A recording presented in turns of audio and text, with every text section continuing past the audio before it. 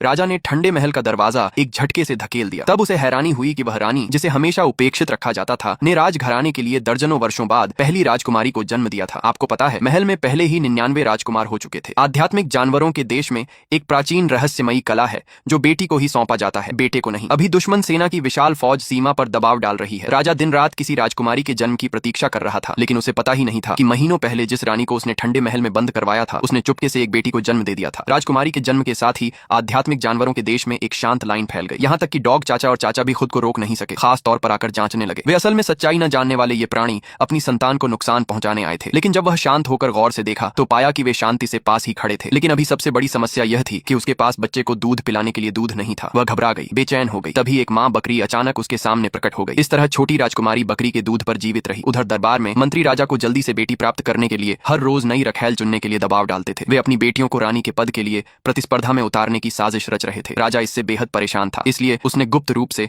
अपने विश्वास पात्र को बुलाया और हर मंत्री के काले कारनामों की जांच करने का आदेश दिया। कुछ दिनों में एक परंपरा है, अगर राजा किसी लड़की को पसंद कर ले तो तुरंत उसे रखैल घोषित कर सकता है। मंत्री अपनी अपनी बेटियों को लेकर आए। सब अपनी बेटी के चयन का सपना देख रहे थे, लेकिन अचानक सबके बीच झगड़ा हो गया। पहले से ही चिड़चिड़े राजा को गुस्सा आ गया। उधर अंधेरे में छिपा छोटा चूहा इस दृश्य को तुरंत लड़की को रिपोर्ट कर गया। मास्टर, पहले मूशांग उत्सव राजमाता द्वारा आयोजित होता था और महल भोज रात में होता था। कई खूबसूरत बहनें नाचने आती थीं और जिसे राजा पसंद करता उसे रखैल बना देता। क्या तुमने कभी मुझसे सलाह ली? जाओ जाओ जाओ जाओ। दूसरी तरफ मंत्रियों ने राजा से दरबार में रखैल चुनने को कहा, लेकिन आज राजा बेहद गंभीर था। उसने पूरे दरबार के मंत्रियों को डांटा। साथ ही उन्होंने जो लड़कियां भेजी थीं उन्हें उसी रात वापस भेज दिया। उसने मंत्रियों को आदेश दिया कि 3 साल के अंदर बेटी पैदा करने वाला कानून अवश्य अध्ययन करें। अगर तुम तांग से लड़की से छेड़छाड़ करोगे तो दरबार में सिर कटवा दूंगा। असल में यह लड़की का आदेश था। उसने राजा के शराब में यह बात लंबे समय से अटका रखी थी और उसने ऐसा सिर्फ इसलिए किया ताकि खुद को बड़ा होने का समय मिले। 3 साल बीतते ही बीत गए। लड़की का प्रीनेटल ट्री, जनन वृक्ष, पूरी तरह खिल चुका था। यहाँ तक कि 10,000 साल पुराना गोल्डन मॉथ भी उसके आदेश मानने को तैयार था। राजा को महल में छोटी लड़की की हंसी की आवाज सुनाई दी, लेकिन वह सिर्फ आवाज ही सुन पा रहा था। इससे वह और चिंतित हो गया, क्योंकि सीमा पर संकट गहरा रहा था। अगर राजकुमारी का प्रीनेटल ट्री प्रकट न हुआ तो आध्यात्मिक जानवरों का देश शायद जल्द ही दुश्मनों के हाथों गिर जाएगा।